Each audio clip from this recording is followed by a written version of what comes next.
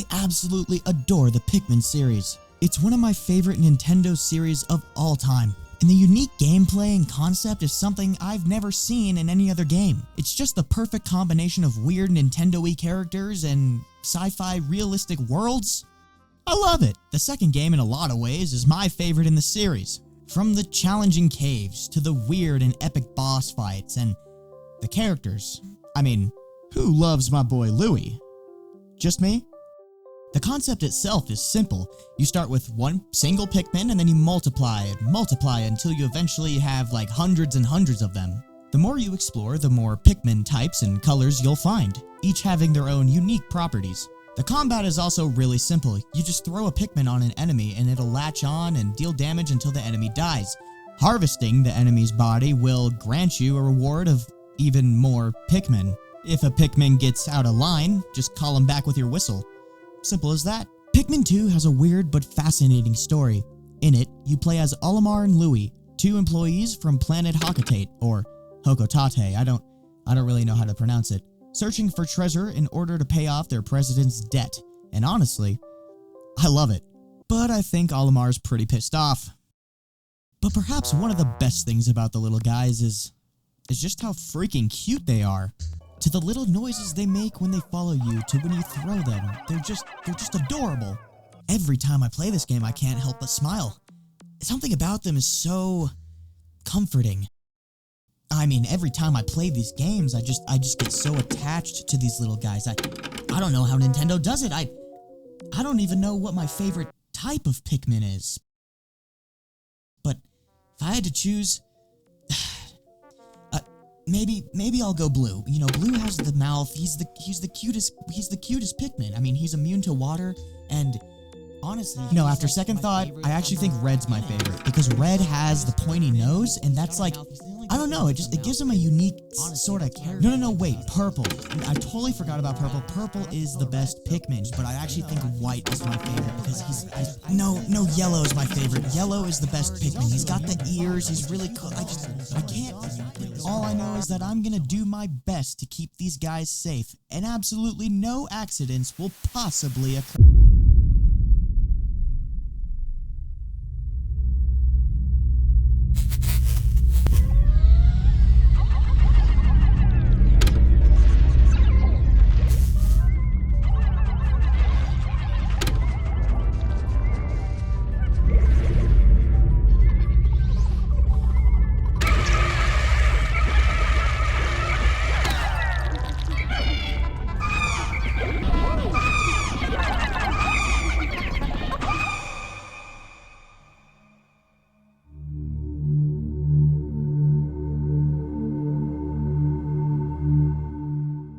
Unfortunately, that's just part of the Pikmin experience.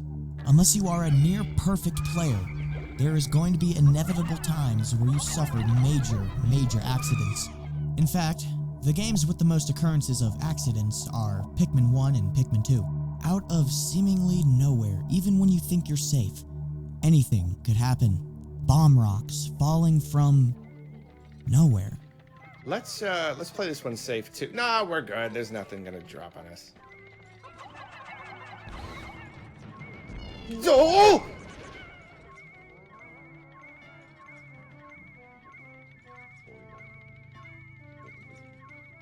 Wow. Yo, what? Oh.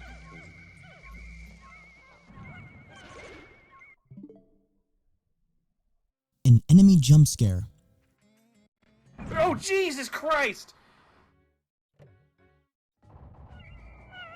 They all died! Every single one of them died! Oh my God! Or the game simply just glitching.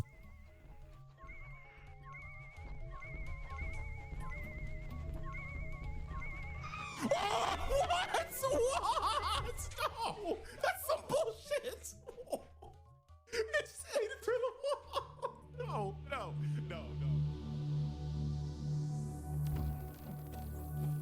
Either the case though, accidents like these are inevitable, but it's one of the main reasons why I love these games so much. You as the player are tasked to go to a planet that you know nothing about.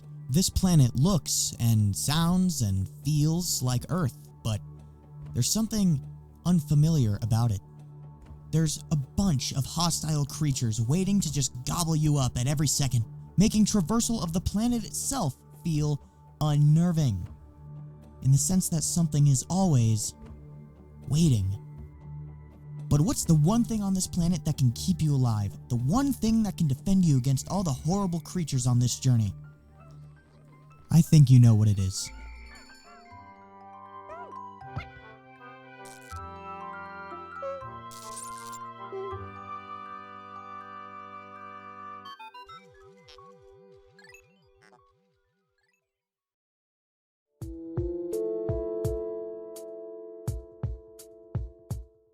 So why are we talking about Pikmin 2 specifically? Is it just because it's my favorite one in the series? No. Is it because they introduced purples and I really like purples? No. Is it because it has Louie? Almost, but no. So Pikmin 2 introduced a part of the game that will then show itself in future titles, and it's by far my favorite part about the entire game.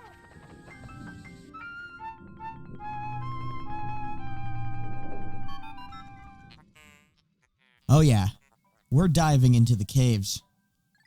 Literally.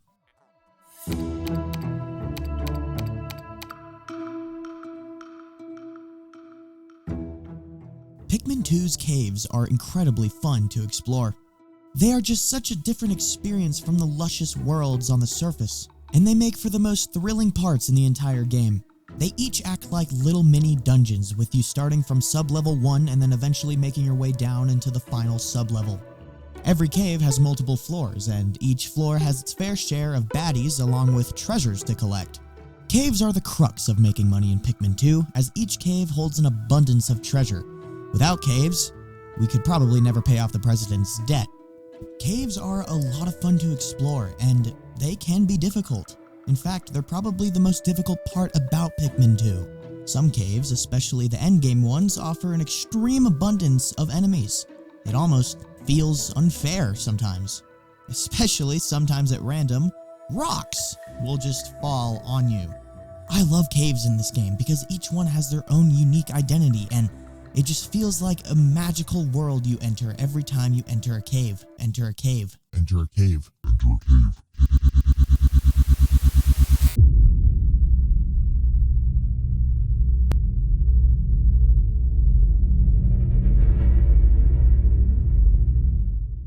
Oh yeah, that cave. Today, we are going to quite literally dive into an unintentionally horrifying part of this game. It's a part of the game that doesn't seem horrifying until you truly experience it, and it's a sequence that I find so unsettling yet fascinating that I just had to analyze it, dissect it, tear it down an unreasonable amount, and figure out why in a seemingly innocent Nintendo game, it is a truly anxiety-inducing experience. Many of you watching that enjoy Pikmin as much as I do, or have played this game, you probably know what I'm going to talk about, but for those who haven't played it, I strongly suggest doing so, as the entire rest of this video focuses on a specific part of the game that you just have to experience yourself. So without further ado, sit back, get comfy, as we dive into the dark depths, or caves, of Pikmin 2's, or quite possibly Nintendo's most unsettling level of all time.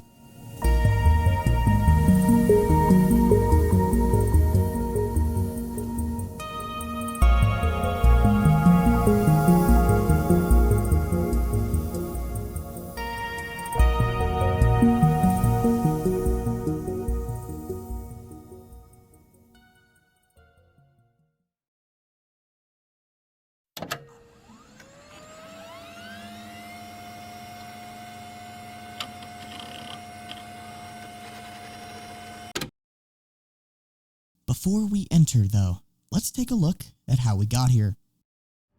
In Pikmin 1, you play as Captain Olimar, who crash lands on Earth, and then is aided by Pikmin, who eventually repairs his ship. Once he returns home, he then finds out that the company is in massive debt.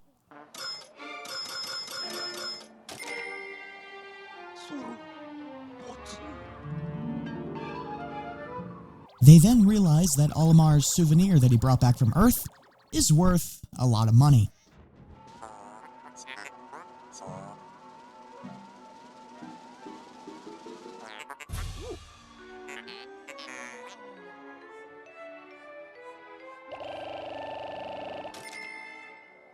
The President then sends Olimar and Louis back to the planet to recover more treasure. So right after Olimar just got back from a horrifying survival situation, they head straight back to the planet which almost killed him.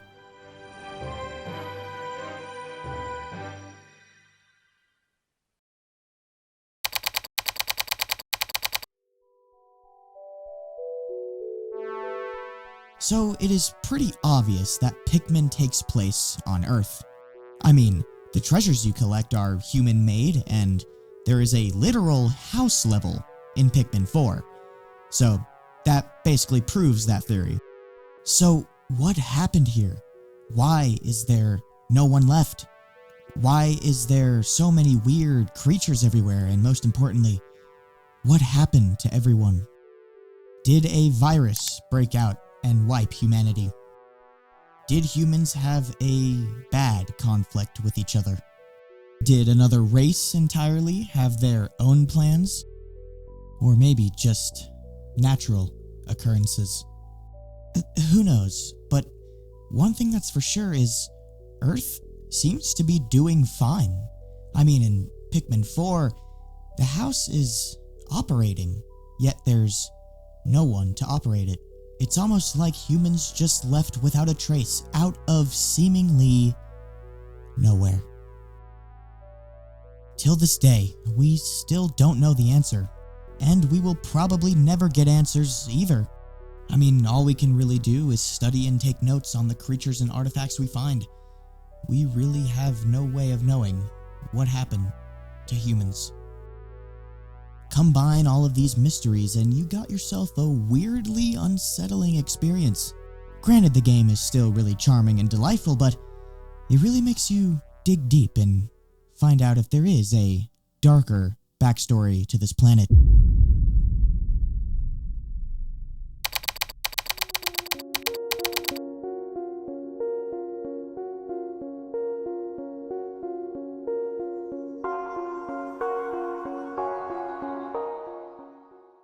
The creatures of the Pikmin world are nothing short of fascinating. Each creature has a weird and unique design to them, and they are now what inhabits Earth. Pikmin offers a wide variety of creatures, from weird fire-blowing pig things to actual gigantic spiders, and even some with man-made weapons.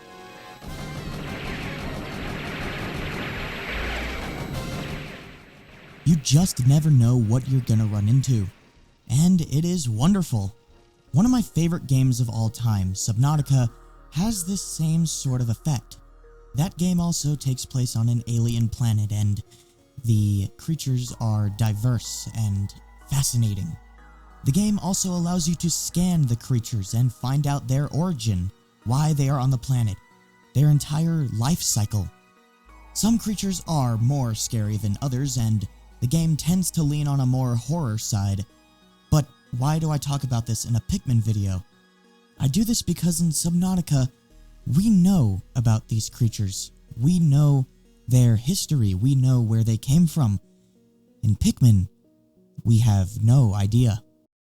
Like, where did this thing spawn? Or this thing? Or this thing? Or heck, even the cute little bread bug. Where did you come from? What happened to you? All of the creatures on Earth that we know today are gone. The only thing close are dog creatures from Pikmin 4, but still they don't resemble actual dogs. So, what happened? Questions like these are what make Pikmin weird at times. Getting to the bottom floor of a cave and seeing a giant creature just resting there. Like, how did it get there? Well, that just begs the question, how long have humans been gone? 100 years? 500 years? 1,000? 1,000,000 years? Did humans evolve to look like this over generations and now these creatures run the planet? We don't know what happened for this civilization to become this civilization, but it makes the game that much more interesting and mysterious. Olimar's notes in the Piclopedia only give us so much because even he doesn't really know. What we do know, though, is that each creature does kind of make sense in a biological way.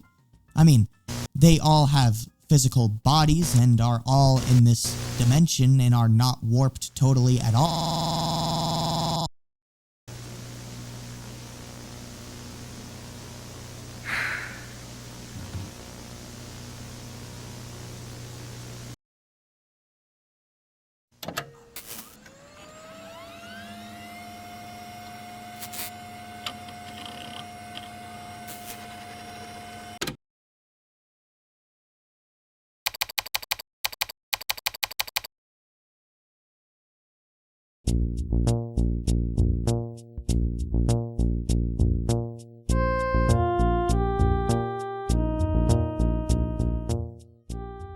Ah yes, Pikmin 2's staple, caves.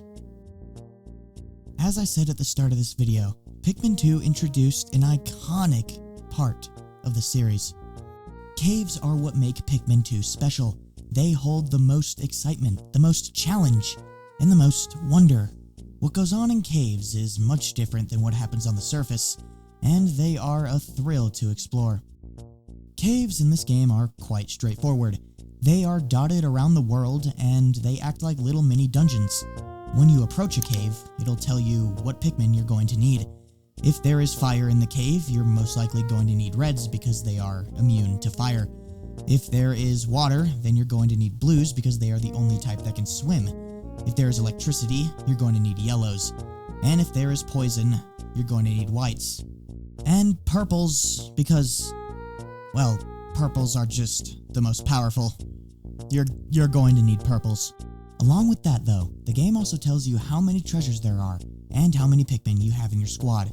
You can only bring down 100 Pikmin into a cave, and you better hope that number stays that way. So you're all prepped and ready. You got your Pikmin and you got your wits and you're ready to jump down into whatever lies in the caverns below.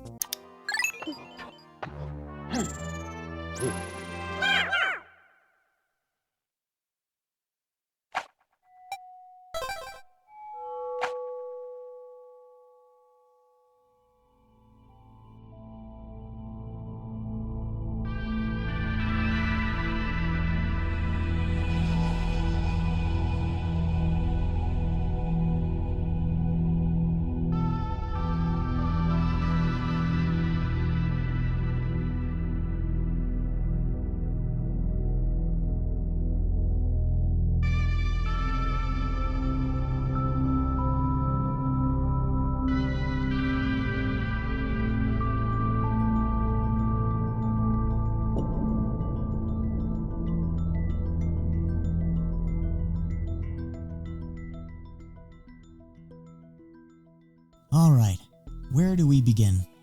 Exploring a cave is like diving yourself into an entirely new world. So many treasures to discover and so many new enemies to fight. It's thrilling and exciting, but also can be dangerous. These caves are no joke, and some of them can be frustrating at times. But no matter how many times I play this game, completing a cave will never not be satisfying. Each cave has an abundance of treasure, and collecting it all will put you much closer to that sweet debt. Caves kind of work in levels. You start from level 1, collect all the treasure, defeat all the bad guys, and dive into level 2. You do the same thing there until you make it to the final level. The final sub-level of a cave usually has a pretty tough boss, but that's what I love about caves. They have tough enemies, and the bosses usually drop pretty useful items on your adventure. Like items that make you run faster or increase the range of your whistle. These items will help you on your journey and get more Pikmin and be better at caves. Another awesome thing about caves is that they are randomly generated. Yes, each sub-level is going to have around the same amount of enemies and obstacles, but the layout changes every time you go into that cave. There's a lot that goes on in the cave generation in this game, and I find it really fascinating. It just makes the game infinitely replayable and gives you a different experience every time. Every cave in this game has a unique and mysterious atmosphere and setting. You have caves that just look like caves, and then next thing you know, you're in a child's bedroom.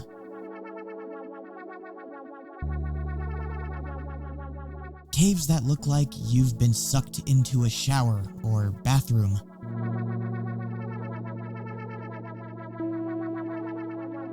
Caves that look like they are outside somewhere. A weird, rusty metal world.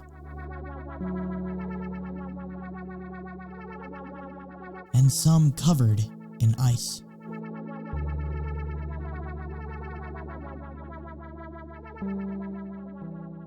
Many of you watching might have already heard of liminal spaces. That's kind of the vibe I get from some of these caves. They have a dreary and almost desolate feeling to them. And even though they mostly have creatures and life sprawling about them, they feel almost abandoned. Whose child's bedroom is this? Where are they? The open nature of these caves is what really gives them an eerie feeling sometimes. However, I still think that they are beautiful parts of the game. The music, combined with the atmosphere in some of these caves, really makes me sit back and just listen sometimes.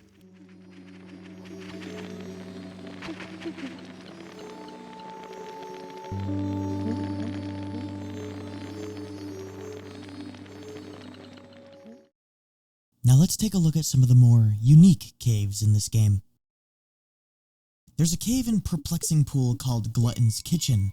There's tons of electricity and not a lot of kitchen. Instead, it's in a child's bedroom, and it is littered with creatures right off the first sublevel. As we go deeper, we run into a toy railroad in what looks to be another room entirely. This is also where the game introduces us to possibly the cutest enemy in the entire series, the bread bug. Going deeper, we then find out why exactly we needed to bring a lot of yellows.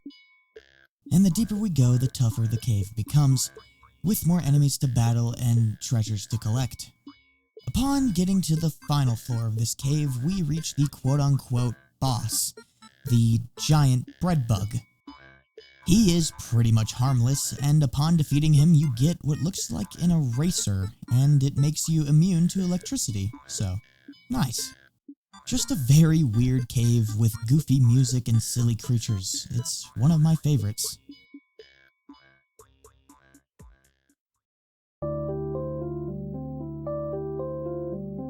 Another great cave in this level is the shower room. Upon entering, we can understand why it's called exactly that. Blue tiles are littering this cave, along with a bunch of water-type enemies. The deeper we go, the more prevalent the bathroom theme gets. A lot of these tile sublevels have this sort of dip in the main area, along with poison things everywhere and jelly floats just chillin'. Just watch out for the falling rocks, though. The deeper you go, the more jelly floats you'll run into. They are clumsy little guys, but they can be dangerous at times. And watch out for the falling enemies. But after clearing up sublevel 3 of all the jelly floats and weird enemies, you go down to sublevel 4, and this is one of my favorite parts of the entire game. Sublevel 4 is a rest sublevel. There's no enemies apart from harmless butterflies, and it just allows you to gather your composure before heading down. Rest levels also usually have a Queen Candy Pop Bud, which allow you to turn one Pikmin into 9 of one color. Rest levels are always a joy to come by, as they allow you to rebuild your squad and gather your composure before heading down to the next sublevel. And my god, that music. That is something else.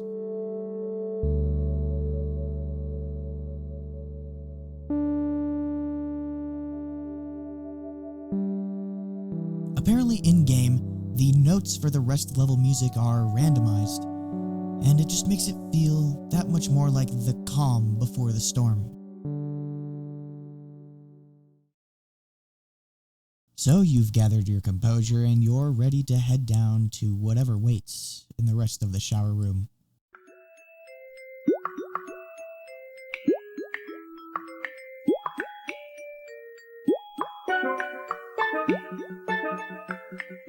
Immediately we come face to face with fire, as well as a lot more and tougher enemies. Sublevel 5 is pretty generic. It just has some walls to break down and some enemies to fight with some treasures to collect, but it's not as crazy as Sublevel 6.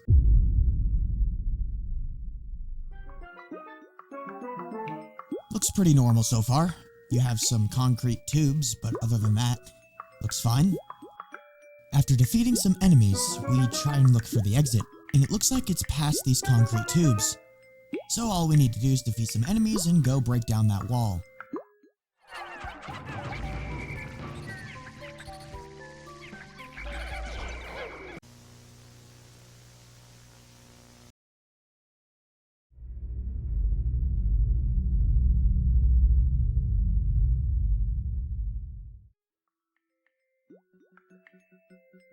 The volatile Dweevil is the bane of my existence.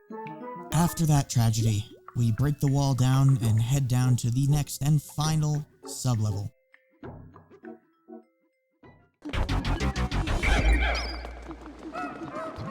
The final boss of the shower room is the Ranging Bloister. It's definitely an interesting boss, but it does drop one of the best items in the game, the Amplified Amplifier. It increases the size and range of your whistle. And even though the Bloister can have weird AI at times, it isn't that hard to defeat, marking the end of the shower room.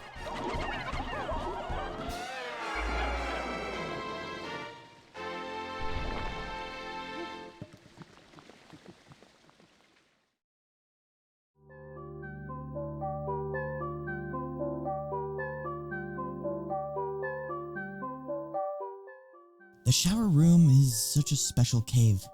It demonstrates why I love some of these caves in this game. The liminality of it, the music, the visuals, they all combine to make a weird but calming experience. This cave has a weird vibe that I just can't put my finger on. It's calming, but also chaotic. It's beautiful. I wanted to talk about Glutton's Kitchen and Shower Room because I feel they are kind of opposite from one another. One is playful, charming, and weird, while the other is calming and somber. And while they are only 2 out of the 14 caves in the game, there is another cave that I want to discuss. This is my favorite cave in the game because it has the best atmosphere, the most cheerful music, and by far the most fun gameplay in the entire game.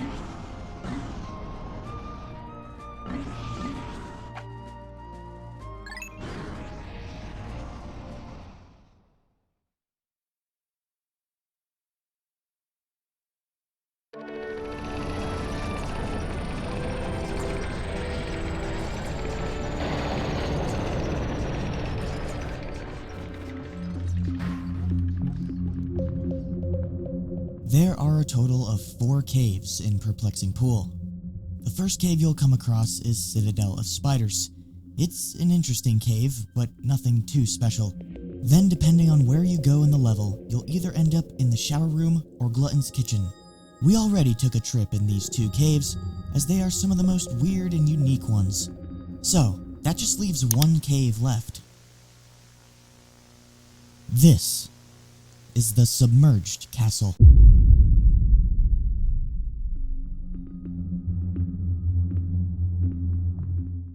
To experience it to its fullest, you and I are going to dive in together, experience each floor together, and have a good time. So without further ado, grab your Pikmin and let's head down to Submerged Castle. What can be so bad?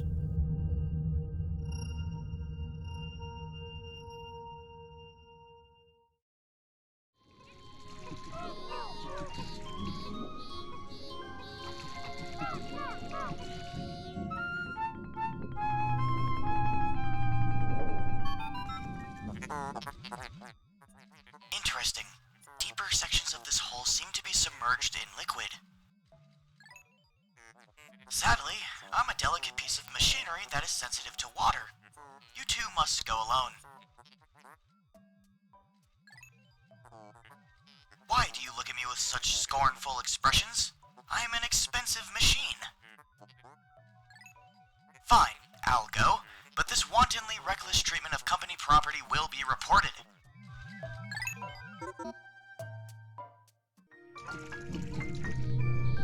Let's see what we're up against. Oh. We have a problem. This cave is submerged in liquid, so we can only bring blues. Yeah, let me go get 100 blues real quick.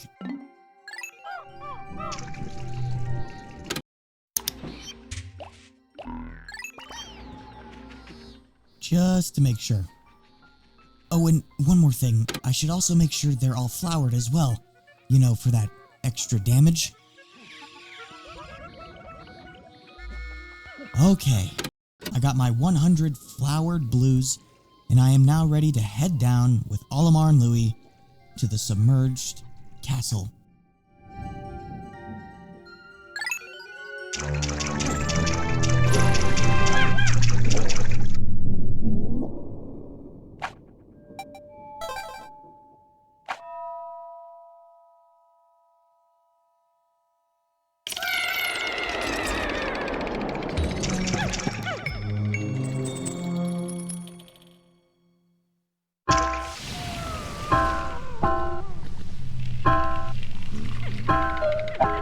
Immediately, something is off.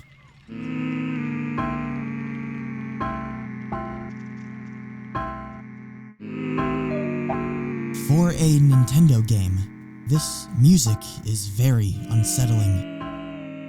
The entire track consists of bangs on piano keys, as well as creepy, otherworldly hums.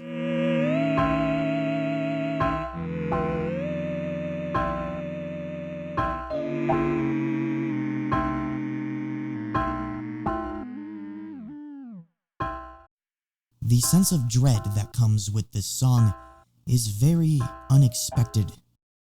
But the weird part about it is that it never changes. Usually in the game, when you come into contact with an enemy, there is some percussion that is added to the music, or when you are carrying a treasure, there is some sort of other instrument that is added to complement the music.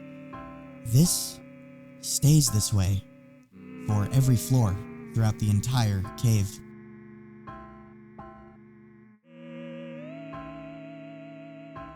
The first time I heard this track, I was confused. I was freaked out. It felt like I was in a crappy 2010 creepypasta game. Because the whole vibe of the game just changed. Because everything about the game is now different. The atmosphere is dark and dull. There is no cheerful or playful Pikmin music anymore. It felt like the game was haunted. This cave is definitely a place I shouldn't be. I better get out while I can. Okay, let's get to work.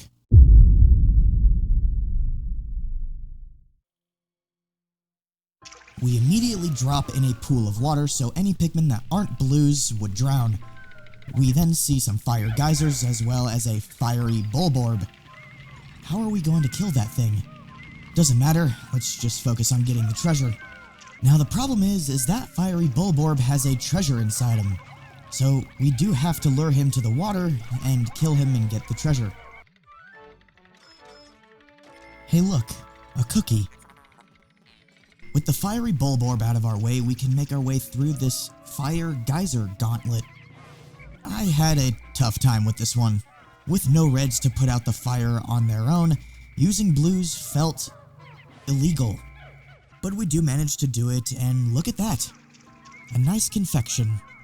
As we're waiting for our Pikmin to bring that back, might as well clear out the rest of the enemies in this floor.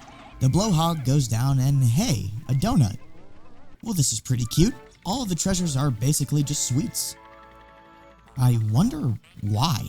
So, as we're waiting for our Pikmin to carry the donut over to our machine, floor 1 was a breeze. We collected the pastry wheel, and that marks the final treasure on floor 1. Apart from the horrific atmosphere, this floor wasn't that bad, and we can head on down to floor 2.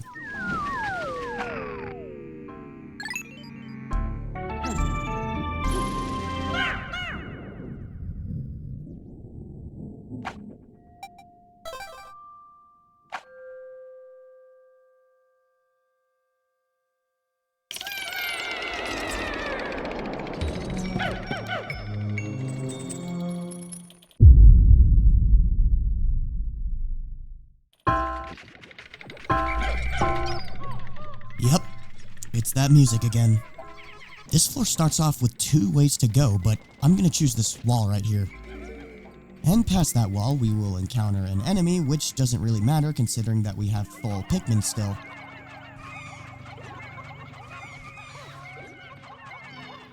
Never mind.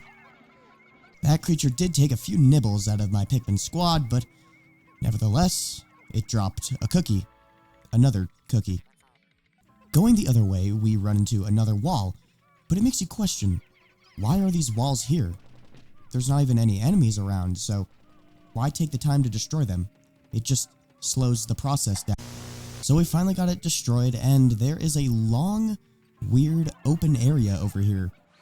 There is also a creature that I despise, the careening dirigibug.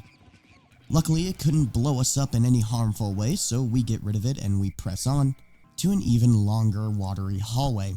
Finally making it to the end, we find... oh. Well, we gotta find a way up there somehow, which means we gotta walk up this huge watery pathway again. And look at that, there is a tube for us to venture into. Quite claustrophobic.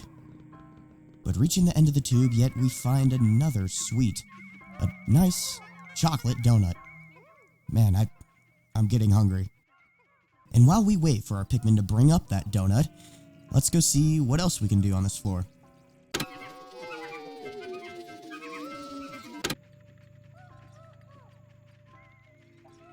Huh. Why is the exit blocked? Whatever, just break it, I guess.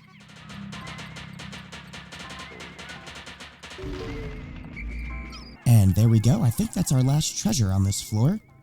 Looks like some sort of cheese wheel, maybe cake?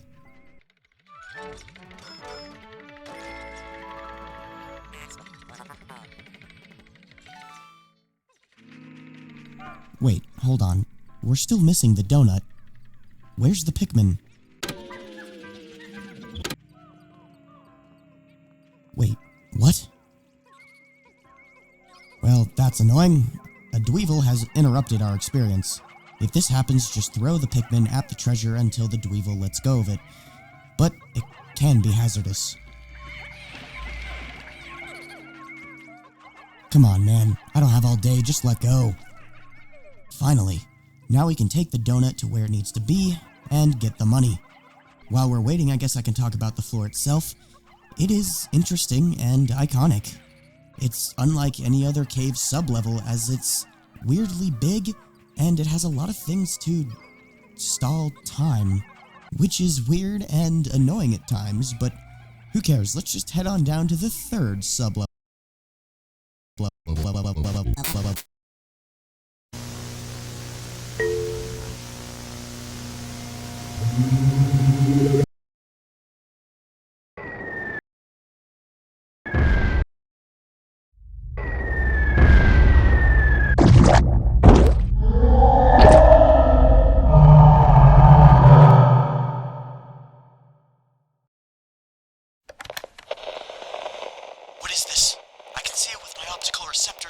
sensors cannot detect it. Could its physical form be anchored in another dimension? Attacking it is futile. Only we can force it to take on physical form, but in its current state. Danger! Danger! Danger!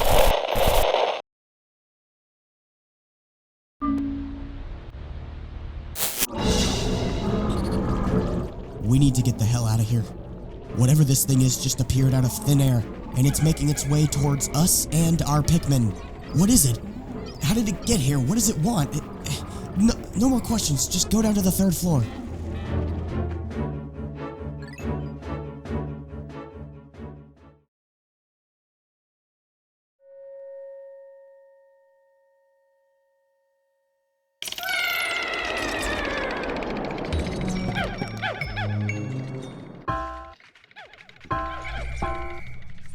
What in the just happened? Let's try not to ask too many questions and just get to work.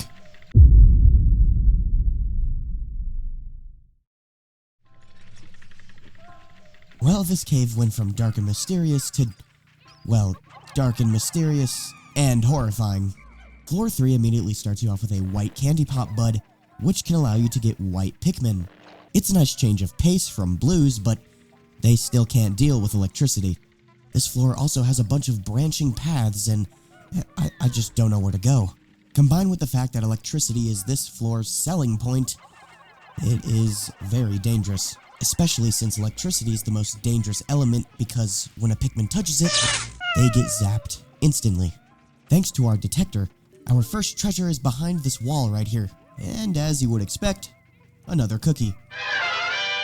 This floor has a lot to do. There's a lot of enemies, a lot of walls to break, a lot of eggs to break, and a lot of electricity to get past. It's kind of time-consuming. It feels very surreal because of the incident that just happened on the previous floor. It feels like anything is about to happen. It feels like that thing is gonna come back soon. Now, having whites on this floor is actually a bit problematic because they can't swim. So having to divide up your Pikmin and only select blues it gets very annoying. And don't even get me started on these guys. Now here's when this cave gets a lot more interesting. We're introduced to a certain enemy that, when killed, gives us something special. Okay, well, it's covered by a leaf. Anyways, they're called Bulbmin, and my god are they epic. These guys are special because not only are they cute, but they can withstand any element. They can swim, they can withstand electricity, they're just little homies. And with these Bulbmin at our side, we're now ready to take on the rest of this cave. Though it's going to be a pain.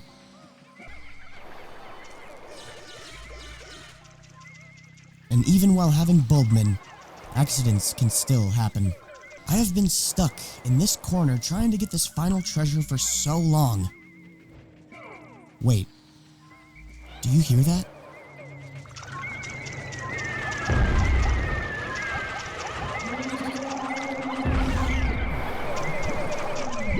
I can't really tell what that was. Oh No. Stay away, you beast. Let's try freezing and then attacking. Go. It's doing nothing. Run! No. My Pikmin! No! We need to go. We need to leave right now. Forget that treasure. Where was the exit? I don't remember. No, it's coming this way! It's a dead end. No.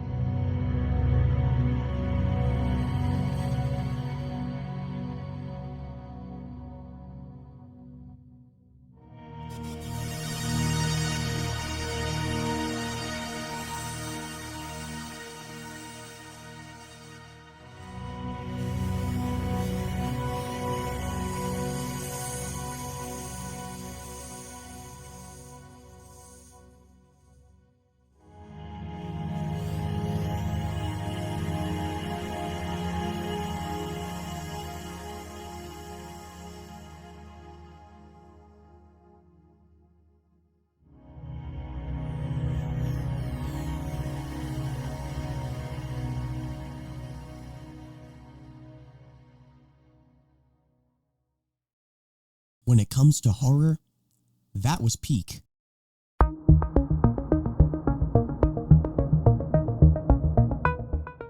For a Nintendo game, this cave has traumatized me and millions of other players. It is such a contrast from the normal and playful Pikmin experience. Everything from the music, the atmosphere, and the constant pressure knowing that that thing will come down at any time. Pikmin is a series developed by Nintendo. Nintendo. Not really a company known for their horror genre. And Pikmin is no exception. All of the games are charming, cute, and playful, but they, especially the first two, have something hiding within them. For example, if you've played Pikmin 1, you've probably heard about the smoky prog. But that's a topic for a different day. The point is, these games are not made to be scary, but sometimes they unintentionally are. And the submerged castle from Pikmin 2 is the prime example of how something can seem innocent, but be horrifying.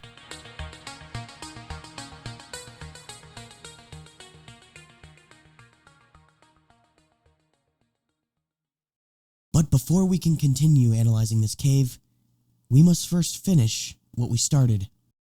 So we're back in Perplexing Pool, and whether you gathered up 100 more blues, or just reset the game, which I totally did not do, let's go conquer the submerged castle once and for all.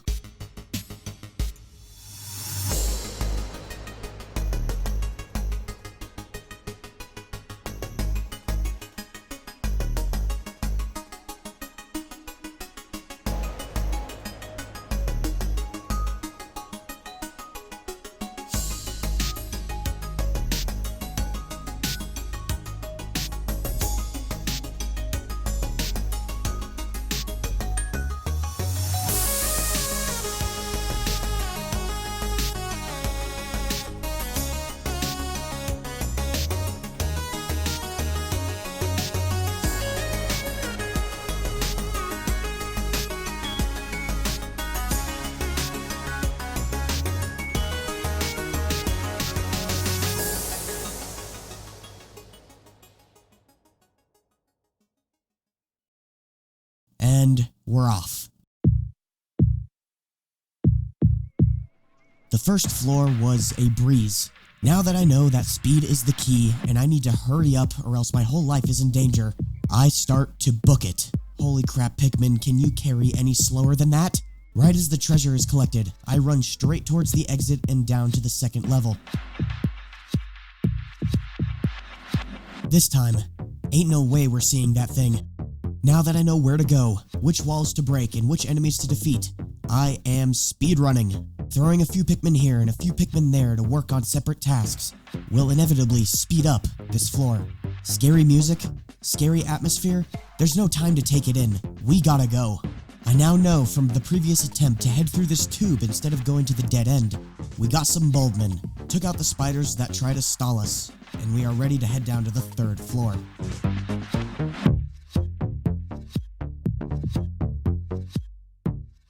This is the floor I was worried about. As we know, floor 3 is what led to my demise last time.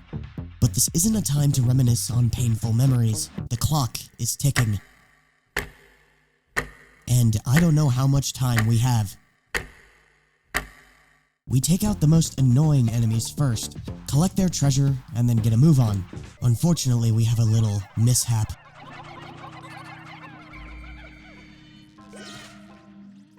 That's unfortunately gonna slow things down a bit, but we have to keep pressing forward. We use the Bulbmin to deal with the electricity, and to unfortunately sacrifice some for whites. This floor is taking significantly longer than floors 1 and 2. I'm getting a little worried. Doesn't matter, just stay calm. Okay, that should be the final treasure. I just need to run to the exit. Wait, what? Oh my god. These things, I swear they're wasting so much time. Just come on, carry it, don't worry about the spider. No, even more Pikmin lost. Even more time wasted. I can sense that.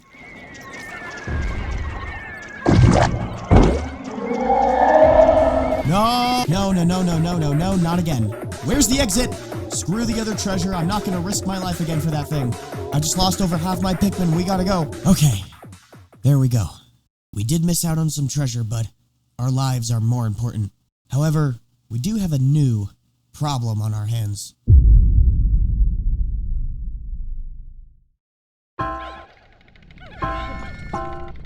Now we're treading new territory. We haven't been on floor 4 yet, but no time to waste. Let's go. This floor is by far the most painful. It's the most brutal, with bomb rocks falling over and over again. And unfortunately, close calls are a little too common. It seems like this floor has a particular theme. How can we be as annoying as possible? 2 bombs, a bomb-carrying spider, and poison gas all in this one little corner, and bombs that just keep falling from the ceiling, with their only purpose to corner you.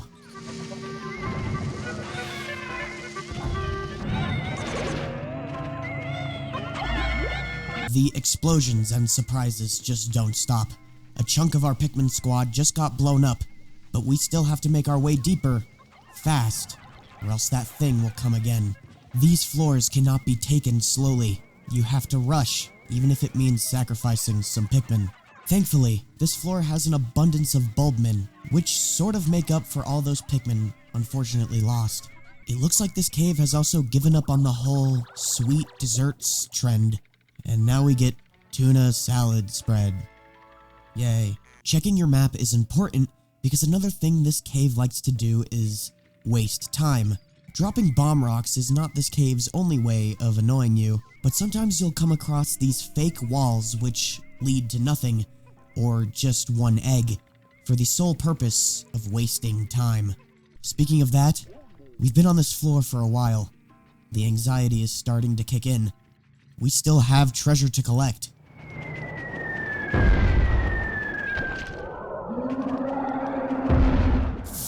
Oh no, where do we go? Where do we go? No, this wall. Quick, break it! He's coming, go faster. Olimar, do something, man. Okay, nice, let's go, let's go, let's go. Oh my god, another wall. Oh my god, oh my god, oh my... Wait, he's stuck. He's stuck. Well, that definitely helps. Oh my god! I'm sorry for laughing, I'm sorry for laughing, I'm sorry for laughing. We need to leave now. Come on, guys, get together. He's coming. Okay, come on, let's go. But there's still treasure remaining. I gotta get it. I gotta prove myself on one thing at least. Okay, gotta be very careful here. That thing is trying to trap us. This is a predicament. This way, come on. The sensor's telling me the treasure is nearby, but where? Oh, there it is! Oh, come on! No, oh my god, oh my god, oh my god, oh my... Okay, let's leave, let's leave. But we can't. We gotta get that treasure. Okay, let's go, now's our chance. Come on. Where's the beetle? Where did he go? Okay, there he is. Grab the treasure and get the hell out of here. Go, guys, go, go, he's coming! Got it. Okay, get the hell out of here.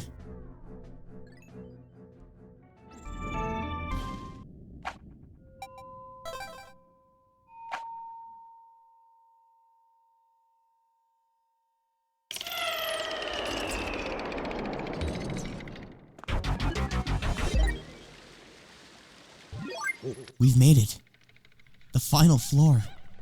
It's nice. No scary music. No dangerous creatures. What's happening? Oh my gosh. Purples? Even more purples? Ooh, and even some nectar? Why is the game being so nice? There's the exit, but there's still a treasure to be collected. Where is it?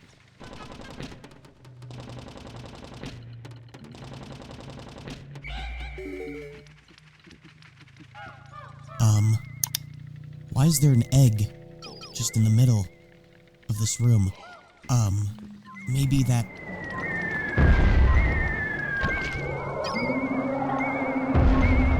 You have got to be kidding me. So what? Do we have to fight this thing now? But how? I mean, the game gave us purples, so let's try that. Oh my god, it's working. Go, go, go, go. That's it. Get him, get him. Yeah, look who's the boss now, huh? Huh? Yes, did we get him? Oh my god, he's trying to run. Don't let him. Where's he going? Get after him. Go, go, go.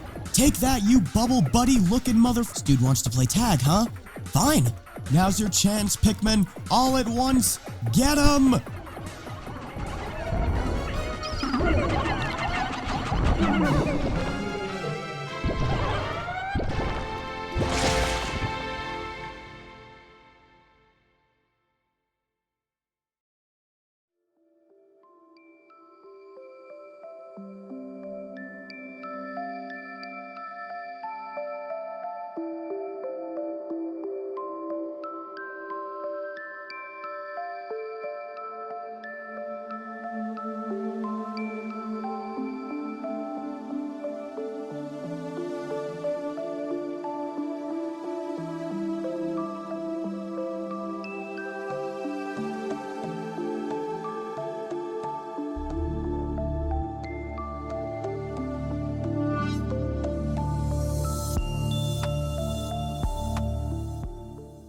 We've done it.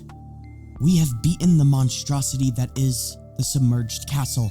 We took down that wretched creature once and for all, and now we don't have to worry about it terrorizing us ever again. 4 floors, each one more horrifying than the last, with an epic boss fight at the end as a sort of sweet revenge. Defeating that creature got us probably the best item in all of Pikmin 2.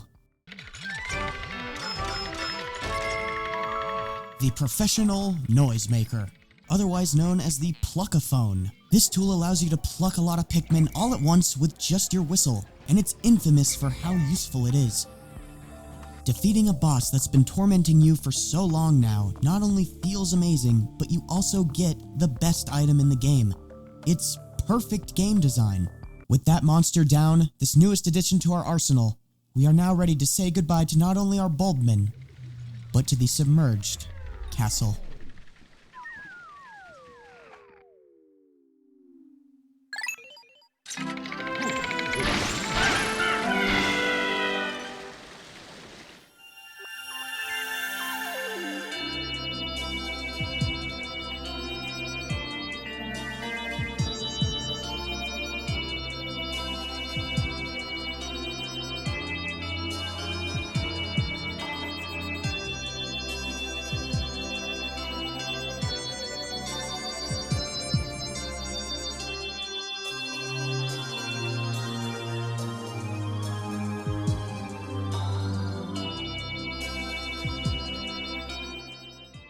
To you who's watching, thank you so much for coming with me on this journey. Today, you and I dove into Pikmin 2 and figured out why it is one of the most beautiful, fascinating, and unintentionally horrifying Nintendo games ever made. This game generates feelings that I have not experienced in any other game. At times, the game is beautiful, the music, the atmosphere, the setting, but then at times, it uncovers itself and makes you question the reality of the situation. Now sure, this game is a Nintendo game, it's supposed to be charming and innocent, but to me and millions of other players, it's so much more. This game has captured the hearts of millions, and maybe also traumatized millions. I first got into the Pikmin series a little over half a year ago, and it's became one of my favorite series of all time. And I'm gonna keep playing these games for years on end. And you should, too. These games deserve all the love and attention they can possibly get. Because without these games, and of course, you, this video would not be possible. Making this video was an absolute blast, and I really hope you enjoyed it. And if you did, consider hitting the like button, and subscribe if you want to see more of my stuff. Your support really does mean the freaking world. And with that, thank you guys so much for watching, and I really hope you... Wait, are we forgetting something? Oh yeah, let's take a look at this thing. Ah, the Water Wraith. Alright, Olimar, what do you have to say? All that is known about this creature stems from a few sightings deep underground. All reported sightings feature the same core set of details, a giant viscous form with a clear, hazy sheen not unlike hard candy. One theory holds that it may be the ectoplasmic incarnation of a kind of psychic phenomenon, but as is usually the case with such theories, it is very difficult to prove. All witnesses report being suddenly overcome with fear upon sighting the creature, approaching a state of panic and near insanity. In fact, every report contains an inordinate amount of extremely vague details, which has led to suspicions that exhaustion and fear have caused some simple natural phenomenon to be viewed as a living creature. What about you, Louis? What do you have to say? Inedible. Known to cause mass hysteria, followed by leg spasms and internal thunderings. Okay. I will be sure not to eat it, but thanks, Louis. Anyways, now that we know what this thing is, the water wraith, I think we can rest assured that it can never harm us ever again. And speaking of rest, I think our heroes need a bit of a nap. And so do I. I'll see you next time.